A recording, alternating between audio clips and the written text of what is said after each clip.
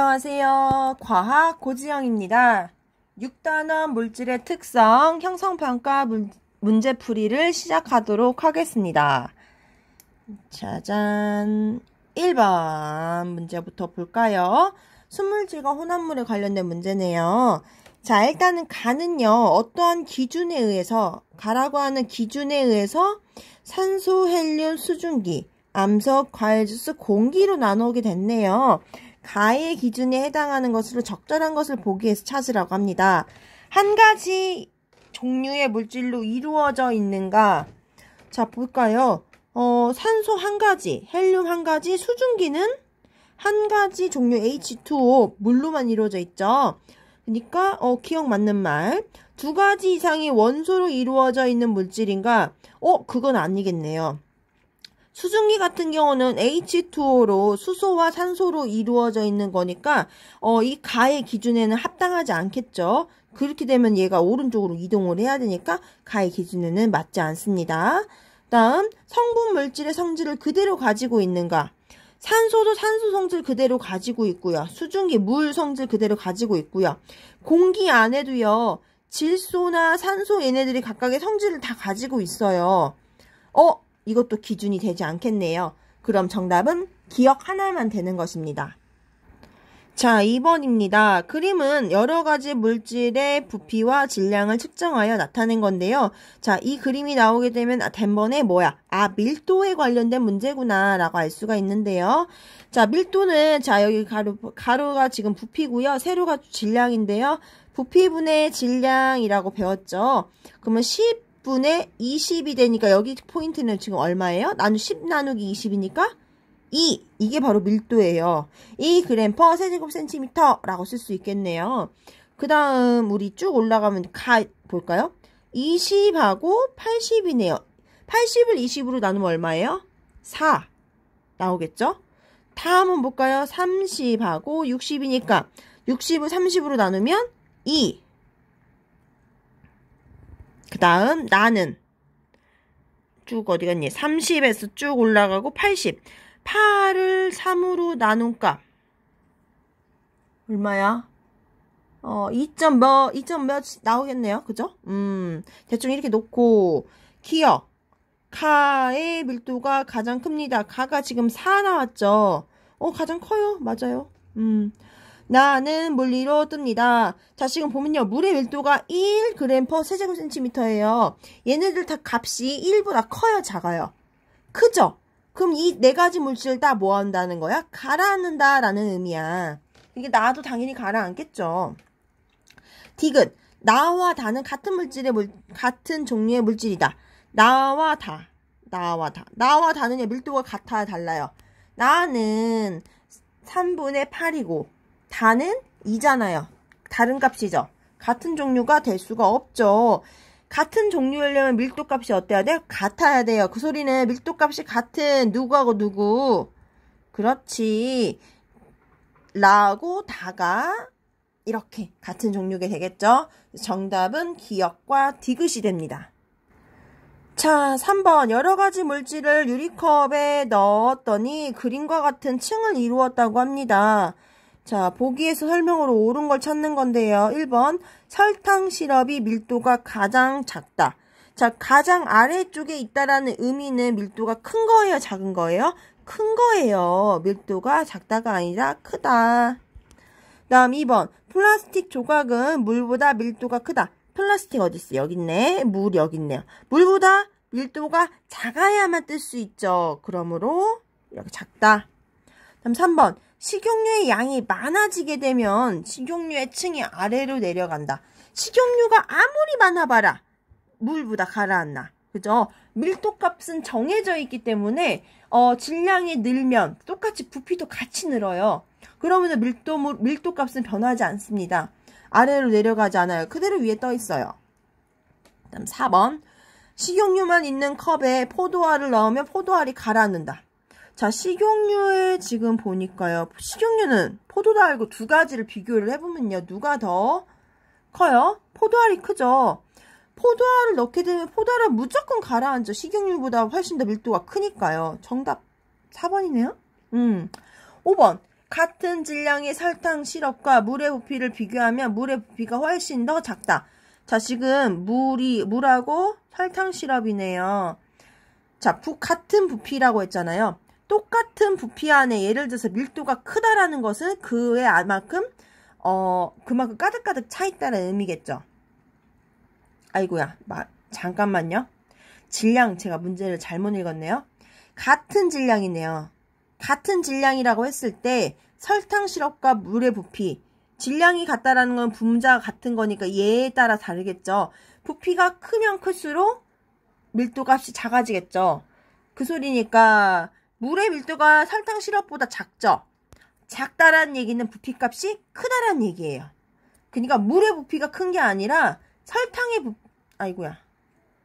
물의 부피가 큰 거지. 그렇지, 물의 부피가 큰 거지. 아유, 제가 계속 헷갈려서 죄송해요. 설탕 시럽 말을 하다 보니까 설탕 시럽하고 물을 지금 현재 같은 질량이야. 다시 설명할게요. 같은 질량일 때 질량이 같아. 예를 들어서 얘도 10이야. 아이고야. 설탕도 10이고 물도 10이야. 똑같이 10g, 10g이에요. 아이고야. 어디 갔어? 자, 이렇게. 자, 여러분 죄송합니다. 방송사고가 일어났네요. 다시 설명을 드리면 같은 질량의 설탕 시럽과 물이 있다고 하면은 질량이 같을 때는 지금 부피가 크면 클수록 여기 아래에 있는 부피가 크면 클수록 밀도값은 작아지게 됩니다. 그 소리는 지금 밀도가 지금 현재 누가 작아요? 물이 작죠. 물이 작다라는 얘기는 부피가 훨씬 더 크다라는 의미야. 그래서 물의 부피가 더 작다가 아니라 크다라고 써야만 정답이 되는 겁니다. 이거를 여러분들하고 직접 만약에 이게 좀 제 설명이 좀 약간 많이 부족하다고 하면요. 찾아오시면 제가 직접 쓰면서 물로 같이 표현을 좀 더 하면 좋을 것 같아요. 이게 똑같이 10g이라고 했을 때 우리가 철 10g하고 솜 10g을 생각을 해보시면 누가 더 크게 느껴질까요? 철 10g은 굉장히 조그만할 거예요. 부피가 작을 거예요. 그런데 솜은 10g이 되려면 굉장히 많은 솜뭉치가 있어야겠죠. 부피가 훨씬 더 커진다라는 의미입니다. 이제 그거에 빗대어서 실제로도 물이 훨씬 더 밀도가 작으니까 물의 부피가 훨씬 더 크다라는 의미가 되는 겁니다. 네, 그렇습니다. 자, 이 정도면 이해가 됐다고 생각을 하고 4번 문제 보겠습니다. 표는 온도에 따른 염화칼륨의 용해도를 나타낸 것이라고 합니다. 지금 기본적으로 물 100g 속에 이만큼씩 녹아 있습니다 라는 얘기겠죠. 아니, 이만큼씩 녹을 수 있습니다 라는 의미예요. 이 온도에서. 그럼 60도씨 한번 찾아보자. 60도씨. 물 50g이라네요. 지금 물 10도씨에는 46g이 녹을 수가 있어요. 그럼 물 50g에는 얼마큼 녹일 수 있어요? 반절이니까 23g을 녹일 수 있습니다 라는 의미겠죠. 근데 현재 지금 얼마큼 녹였어? 20g 녹였대요. 23g까지 녹일 수 있습니다니까 총 몇 g 더 녹일 수 있어요? 자, 3g을 더 녹일 수 있겠죠. 오케이? 자, 5번 문제입니다. 그래프는 물에 대한 물질 X의 용해도를 나타낸 것이다. 이에 대한 설명으로 옳지 않은 것은 자, 온도가 높으면 높을수록 용해도가 커진다. 이건 제일 첫 번째 선생님이 설명했던 부분이죠. 온도가 올라갈수록 용해도는 굉장히 녹아 들어가는 건 정도는 커집니다. 다음 B는 B가 여기 있네요. B는 20도씨로 냉각하면 불포화 용액이 된다. 자, B가 지금 현재 이 상태예요. 현재 지금 원래 이만큼까지 A 지점까지 녹을 수 있는데 지금 B만큼 20g만 녹였다라는 거네요. 30도씨에서. 자, 온도를 20도씨로 이렇게 낮추게 되면요. 여기 점이 되겠죠. C점이 되니까 당연히 불포화가 아니라 포화가 되겠죠. 2번이 정답이겠네요. 현재 불포화 상태에서 포화 상태가 된다라는 의미입니다. 다음 3번 C의 온도를 높이면 불포화 용액이 된다. 자, C의 온도를 높이게 되면 현재 20g만 녹아있는데 온도를 높이게 되면 얼마만큼? 이만큼 더 녹일 수 있으니까 아까 B하고 B로 간다는 의미예요. 그래서 불포화가 된다. 맞는 말이고요. 다음 4번 D는 포화 용액보다 용질이 더 많이 녹아있는 상태이다. D가 지금 여기네요. 현재 원래 이 온도에서는 요만큼밖에 못 녹이는데 이만큼이 더 녹아있는 상태니까 더 많이 녹아있는 상태, 우리가 과포화라고도 표현할 수 있겠죠? 과포화 상태입니다. 다음 5번 E는 용질을 더 녹일 수 있는 상태다. 이제 E가 여기 있죠? 현재 온도에서는 이만큼 빨간 선에 해당하는 만큼 더 녹일 수 있으므로 조금 더 녹일 수가 있겠네요. 그래서 5번도 녹일 수 있습니다. 정답은 2번입니다. 자, 6번 문제입니다. 시험관에서 시험관 A에서 D까지의 같은 양의 사이다를 넣은 다음 그림과 같이 장치하여 기포가 발생하는 양을 확인을 했는데요. 지금 A, B, C를 보게 되면은 셋 다 뚜껑이 없습니다. 뚜껑이 없고요. 그럼 지금 얼음물, 실온의물 50g, 온도에 관련된 거구나. 온도가 높으면 높을수록 기포가 많이 발생했죠. 얘가 좀 더 기포가 많이 발생하겠구나. 얘는 한 3개 정도 표시할까요? 얘는 1개. 자, 그럼 그 다음에 두 번째 보게 되면은 똑같이 이제 50도씨, 50도씨인데 있고 없고 뭐가 고무마개가 있고 얘는 없고 차이네요. 고무마개가 있을 때랑 없을 때 중 누가 더 기포가 많이 발생하죠? 얘가 더 많이 발생하죠. 없을 때가. 이렇게 두 개 체크해놓을까요? 자, 그럼 옳지 않은 거 찾는 겁니다. 1번 발생하는 기포의 양은 A, B, C 순으로 C가 제일 많다. 그렇죠. C가 제일 많더라. 1번 맞는 말. 온도가 높을수록 기포가 많이 발생합니다. 다음 2번 A에서 C를 비교하면 온도가 높을수록 기체의 용해도가 감소함을 알 수 있다. 그쵸. 기체의 용해도라는 것은 녹아 들어간 건데 기체가 많이 녹아 들어가 있다라는 얘기는 그만큼 기포가 발생하지 않는다라는 의미인데요. 이거를 옆에다가 조금 정리를 살짝 해볼까요? 잠깐만요. 이쪽 공간에다가 좀 써볼게요. 기포가 많이 발생해요. 이 소리는 기체의 용해도가 낮아요 라는 의미입니다. 그 소리는 결론은 온도는 기포가 많이 발생하려면 온도는 높아야 하고 압력은 없어야 이제 기포가 많이 발생하고 기체 용해도가 작은 경우를 이야기하는 거겠죠. 자, 그렇게 되면은 기체의 용해도 어디 갔냐? 여기네. A에서 온도가 높을수록 기체 용해도의 감소함을 알 수 있다. 맞습니다. C와 D를 비교하면 C와 D는 압력 차이겠네요. 압력과의 관계를 알 수 있다. 기포가 가장 많이 발생하는 건 C다. 압력이 없고, 그러니까 압력이 적고 온도가 높을수록 기체포가 많이 발생하는 거죠. 다음 D의 고무마개를 제거하면 기포가 더 적게가 아니라 고무마개를 제거했다라는 의미는 압력을 낮춘 거겠죠. 그럼 기포가 더 많이 발생합니다. 라고 정리할 수 있겠네요. 자, 다음 7번 갈까요? 그림은 액체 물질의 가와 나의 가열 곡선을 나타낸 것입니다. 지금 현재 가와 나는요, 현재 다 80도씨에서 끓는 점이라는 걸 알 수가 있네요. 그리고 현재 일정한 구간으로 봤을 때 둘 다 순물질인 걸 알 수가 있고요. 자, 1번 가의 녹는 점은 80도씨이다. 현재 지금 액체 물질이라고 표현됐기 때문에 녹는 점이 아니라 끓는 점이라고 이야기를 해야 됩니다. 그 다음 나가 끓는 점이 더 빨리 도달한다.